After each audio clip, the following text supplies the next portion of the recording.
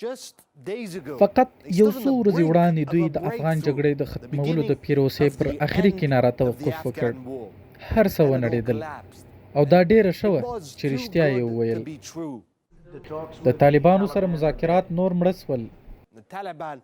طالبانو ټرمپ سره مخامخ کاته او خبرې لغوه کړې ځکه دوی غوښتل لومړی مسوده لاسلیک شي، خو ټرمپ بیا مذاکرات ختم کړل په دې بهانه چې مسلمانانو په کابل کې یو تن امریکایي وژلی دی. ما له طالبانو څخه په دې اړوند پوښتنه وکړل، تاسو څه ډول باور درلود چې ټرمپ به خبرې اترې درسره کوي په داسې حال کې چې تاسو یې پوځیان وژنئ؟ راتلونکې ورځ چې کله ټرمپ مذاکرات لغوه کړل، د هغه خارجه وزیر پامپو ادعا وکړل چې په زرهاوو طالباني شهیدان کړي دي. نو که دوی له موږ په زرهاوو تنه وژلی سي، نو موږ ولې له دوی څخه یو یا دوه تنه نسو وژلی؟ دا خو زموږ حق دی.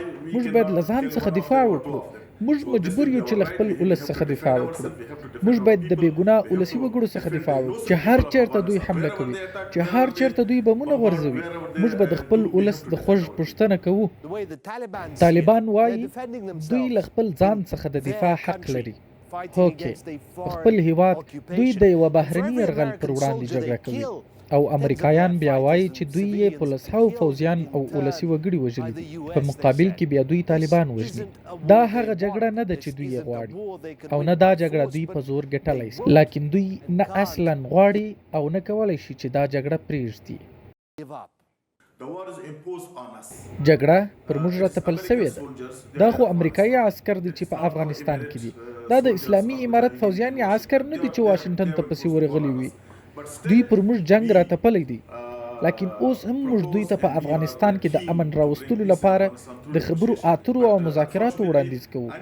خو متاسفانه هر ځل چې موږ اخري موافقې ته رسیږو، امریکایي طرف یې لغوه کوي او د اخري الغا چې د ټرمپ په حکم ترسره سوې ده، دا اصلا دریم ځل دی چې دا ډول د سولې تړونونه یې مات کړي دي. 2 ځله د بارک اوباما پر وخت د سولې تړون لغوه کړی دی. البته موږ اوس هم سولې ته ژمن یو او موږ به افغانستان کې سوله غواړو. موږ غواړو له افغانستان څخه د یرغلګرو د انخلا پر وخت محفوظ لارې ورکړو، او که بله خوا د جنگ د ګټلو کوشش کوي، نو خبره خو دا ده چې موږ بله چاره نه لرو. جګړه هسې هم پر موږ راتپل سوې ده. موږ مجبور یو چې ځانونو څخه دفاع وکړو. که امریکایي طرف د خبرو اترو شوقي نه وي او پر میز مذاکرات نه غواړي، نو موږ به بالاخره مجبور یو چې له ځانونو څخه دفاع وکړو، ولو که دا هر څه د 100 کلونو لپاره روان وي. څه چې ډیره دردونکې ده هغه دا ده چې د طالبانو مذاکره کوونکي ماته وویل چې دوی یوې نتیجې ته ډیر نږدې وه. هر څه آماده وه، تیار چاپ سوي، خو د دې لپاره چې هر څه ونړیږي. پر میز چې هر څه تر بحث لاندې و هغه ختم سوي و، بس د عملي کولو وخت و. له امضا سمدستي وروستۍ ورځ کې به زموږ او امریکایانو ترمنځ اوربند وای. موږ به امریکایانو ته محفوظ لارې ورکولای، دوی به وتلی او 23 سپټمبر به بین الافغاني خبرې اترې پیلېدای او په بین الافغاني مذاکراتو کې به مو پر بشپړ اوربند او نورو داخلي موضوعاتو خبرې اترې کولای. در حال چې هر څه د پخوا په شان دي، خو خبرې ختمې دي. جګړه به روانه وي، قتلونه به روان وي او ټرمپ د ډکه کړی چې هغه به طالبان په ټول شدت وځپي. موږ په افغانستان کې د پولیسو په څیر خدمت کوو. دا زموږ د سترو ځواکونو دنده نه ده. هغه چې د ځمکې د مخ بهترین دي.